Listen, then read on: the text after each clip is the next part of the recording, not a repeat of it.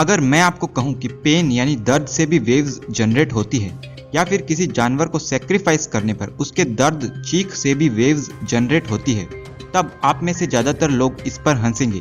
लेकिन इससे पहले कि आप हंसें या इसे कोई मूर्खता समझें, मैं आपको बता दूं कि यह एक भारतीय वैज्ञानिक की रिसर्च है जिसे मैथमेटिकली भी प्रूव किया गया है और जिसके इफेक्ट्स को रियल में ऑब्जर्व भी किया गया है।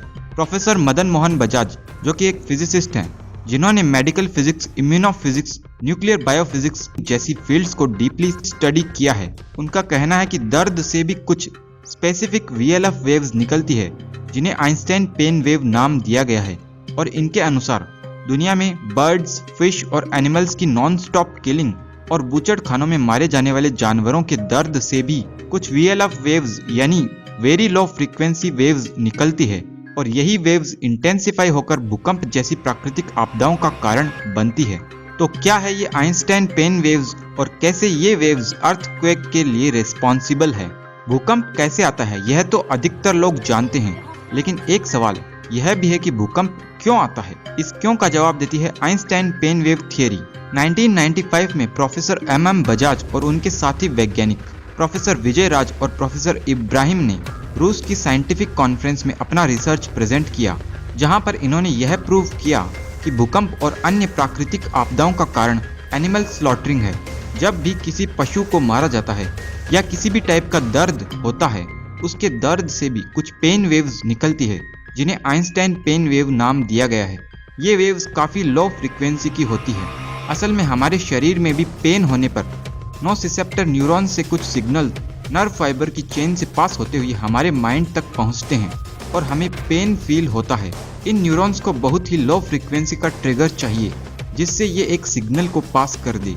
इसी सिस्टम को डीप स्टडी करके इन साइंटिस्ट ने ये निष्कर्ष निकाला है कि ये लो फ्रीक्वेंसी सिग्नल एनवायरनमेंट में भी रिलीज होते हैं और इनकी मात्रा धीरे धीरे बढ़ाने पर ये इंटेंसिफाई हो जाते हैं और ये अर्थ क्रस्ट पर भी अपना इफेक्ट डालते हैं।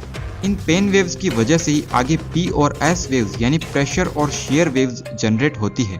अर्थ क्रस्ट की कैविटीज में रेडॉन गैस के रिलीज होने का कारण भी इन आइंस्टाइन पेन वेव्स को माना गया है। इन गैसेस के रिलीज होने की वजह से भूकंप आने को कुछ चाइनीज और जापानीज साइंटिस्ट ने एक्सपेरिमेंटली वेरीफाई भी किया है। इनके अनुसार एक बूचड़ खाने से निकलने वाले पेन वेव्स की एनर्जी लगभग 1040 मेगावाट तक होती है।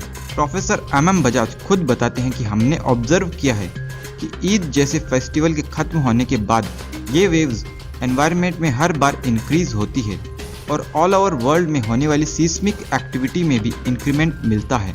इनके अनुसार लार्ज स्लॉटरिंग जिस जगह हुई हो उसका प्रभाव पूरी दुनिया में कहीं पर भी हो सकता है और इन फॉल्ट लाइंस को इन्होंने नोटिस किया है। फाइनली इनकी रिसर्च मैथमेटिक्स और ऑब्जर्वेशन के साथ बताती है कि लार्ज एनिमल स्लॉटरिंग से निकलने वाले पेन वेव्स ही भूकंप के लिए रिस्पॉन्सिबल है और पी एंड एस वेव्स के लिए भी यही वेव्स रिस्पॉन्सिबल है। तो फ्रेंड्स, एनिमल स्लॉटरिंग हमारी मानवीय संवेदना और न्याय की दृष्टि से तो गलत है ही, लेकिन इसके गलत होने का एक साइंटिफिक रीजन भी मौजूद है।